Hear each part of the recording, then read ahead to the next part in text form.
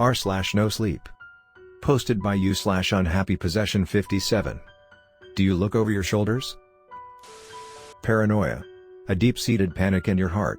Starting at your feet and spreading fast, a feeling of dread overwhelms you. You sense something is about to go very wrong. Perhaps an evolutionary necessity, paranoia is mostly a fleeting thought. A quick dismissal. Sure, you look around, close your windows, and turn the lights on. Your beating heart eventually calms down and you settle back into your routine. The feeling has passed, your bases are covered, and you are safe. Unfortunately, paranoia has been my reality for over 3 months. It started off as a mere seed of anxiety. A bottle of water in my hand and trail mix in my belly. I was hiking with my friends near Marshall Lake, my personal slice of heaven. With the sweltering afternoon heat rubbing against my poorly applied sunscreen, I was about ready to go home. That was the first time I heard it. Leaves rustled behind me, and I heard footsteps approach us. I turned around and saw nothing except the foliage left abandoned by changing seasons. My mind started jogging with possibilities for about 10 seconds. An animal perhaps. I grabbed my pepper spray for reassurance and called out to Nate, who was soon walking by my side as a momentary comfort. A week after, and that seed had grown into distress. Dad had always taught me to lock the doors and bolt the windows. Living in the city merely reinforced my iron habits. Safety was second nature to me, which is why I found it surprising when I started feeling scared in my own apartment. Watching TV on the couch, I would feel a slight chill behind me, a sudden drop of temperature in my small pocket of the room. In the kitchen, I would feel almost naked, like someone was watching me and every single move I made. I would constantly be looking over my shoulders in hopes of seeing something, anything at all, but to no avail. Maybe I was stressed, maybe my loneliness was finally getting to me. Yet, I had been stressed and lonely before and never felt this uneasy. In another week, my routine was completely upended. I would be lying frozen in bed, with a sense of panic, like a boulder had been placed on my chest. I would toss and turn but would never get enough sleep. Didn't help that work started at 7 a.m. Working from home has its perks, but when you are slowly losing your grip on reality, it starts to become more of a disappointment. During meetings, I would often catch myself staring at the little window with my video in it. Nothing seemed wrong, but I always had to make sure. No such thing as being too safe. My therapist said that I needed to get out more, that I needed to see some friends. None of that helped. I would feel like someone was stalking me when I would leave the house, and my friends would brush off my concern as fatigue. Eventually, I started noticing small things around the place. A bowl would go missing, a spoon would fall off that table. The temperature would randomly change. I could no longer blame this on my cat or coincidence. It started to feel like there was a pair of eyes in every corner of my room, looking at me, judging me, and trying to communicate with me. Soon enough came the whispers. Last month, as I was wrapping up my laundry, I heard the cacophony. It was senseless, like a bunch of extras in a restaurant scene saying rhubarb over and over and over. I couldn't take it anymore. I refused to be held prisoner by my own thoughts. I decided to get out, hoping the outside world was safer than the one inside me. I picked up the trash and made my way to the dumpster. I lit a cigarette and concluded that I had to check myself into the hospital. Maybe the doctors would know what was wrong with me. The whispers became loud conversations. I scurried back inside to get the keys when I saw something move behind me. I hadn't locked the door. Fuck.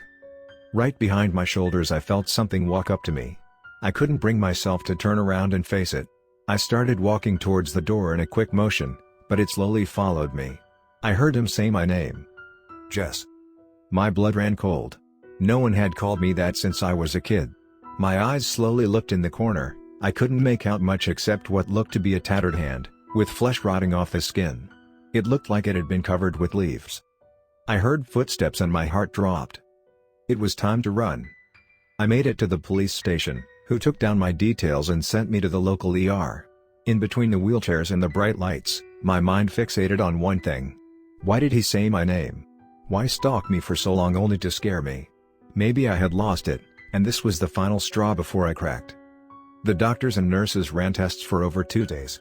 Eventually, a doctor came and informed me that they didn't find anything wrong with me and that I was free to go home. The police didn't get anything of note either. I have been staying with a generous friend ever since and have been taking medication for my condition. Since that day I have not looked over my shoulders, in fear of what could be waiting there. The next story of this video. Posted by you/unhappypossession57. I work customer service at a chain restaurant. People who complain are disappearing. Chicken divine, how can I help you? I muttered for the 15th time that day, trying to hide my utter disdain for this moronic job. My coffee was cold, sitting next to my laptop, laughing at the state of my life. Yes sir, I understand. Yep. Well, I do apologize. The job was supposed to be part-time, something to pay the bills and keep me busy as I waited to hear back from grad school. Besides, there was not much to do in this sleepy town anyway. I can offer you a free sandwich on your next visit. I will text you the coupon shortly. He hung up. Satisfied, I hoped. I swiveled in my chair when I heard footsteps. A tall gate with a slight delay on the second step. I couldn't figure out who this was, which was a little strange considering that I knew most everyone in the office. I turned to find Bill walking right toward us. It was a rare sight to see him here. Most employees had only spoken to him once or twice. Didn't help that there were rumors that he had started to lose it after his wife left him. Ironically, he opened the restaurants with what he had left after the divorce. He walked past our section and nodded at me and Deb. The door to his office closed and the tension in the room immediately dropped. What is up with that man? I asked Deb, why is he so weird around here?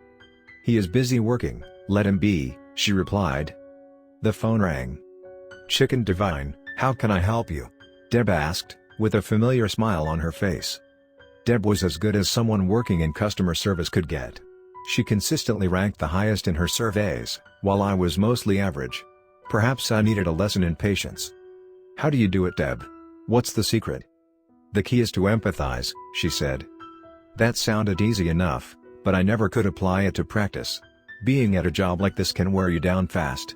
Most days I'd go home completely spent, emotionally and mentally. Didn't help that my only friend was a sweet old coworker in her 50s. It all started on a mundane day. I had come home from a long day of work and was lounging on my sofa, trying to nurse a beer before bed. The news was playing in the background. A body had been found in one of the houses by the park. A tragedy, I thought, but nothing extraordinary in these parts of town. After all, the town experienced a homicide every few years. What was interesting, however, was the cause of death. The victim had been stabbed and then hacked to death. Limbs were scattered around the area. Police refused to provide more details, but I was able to correctly assume that it was Mr. Carr based on the pictures of the house. I was at work when the second one was announced. A kidnapping. Police were looking for clues on the whereabouts of Ms. Irene Sparlock. Irene was 45 and about 5'7". She was last seen leaving the grocery store a week prior. We all started taking more precautions. I stopped leaving the house after dark, Deb started to work remotely, and police presence was significantly increased. The town was now draped in a cloud of anxiety and fear. A press conference was held. Justice was promised. In the subsequent months, people understandably became skeptical of strangers. It wasn't until the third one that I realized that something here was amiss. This time, the chief inspector broke the news to us. A third body had been found. The MO was remarkably similar to that of the first homicide. Robert S. Flores had been found dead in his apartment by his wife. He had been stabbed 22 times and the job had been completed with a machete. He was just 28. This one hit me harder than the rest since I had spoken to him a week prior. He was given the wrong soda, but that was all I could recall. 3 months later, 2 more people disappeared, Larry Henderson and Letta Edwards. The police, already stretched thin, were now questioning all leads and spending most of its resources on the case. The frenzy had died down a bit, so it made their jobs a little easier. That Tuesday, I pulled into work and was overtaken by a feeling of dread, like someone had just told me that my own death was imminent. I felt a shock travel down my limbs and had a tingling sensation in my head. I had an itch that needed to be scratched. I rerouted all my calls and started pacing around the office. Larry Henderson. Larry Henderson. I had seen that name before. I pulled up our customer interaction spreadsheet. I found his name in row 117. It looked like his call was about missing ketchup. I kept staring at the spreadsheet, combing through all the complaints we had received in the past year. My heart sank. Irene Sparlock. This had to be a coincidence. Brian Carr was 15 rows above Irene. My hands shaking, I searched for Letta Edwards. Sure enough, highlighted in yellow was her name on the screen. 15 rows below Larry. I slumped in my desk in utter disbelief. Panic eventually gave way to a frightening insight. There were precisely 15 rows between each case. I double-checked this, triple-checked it and then called 911.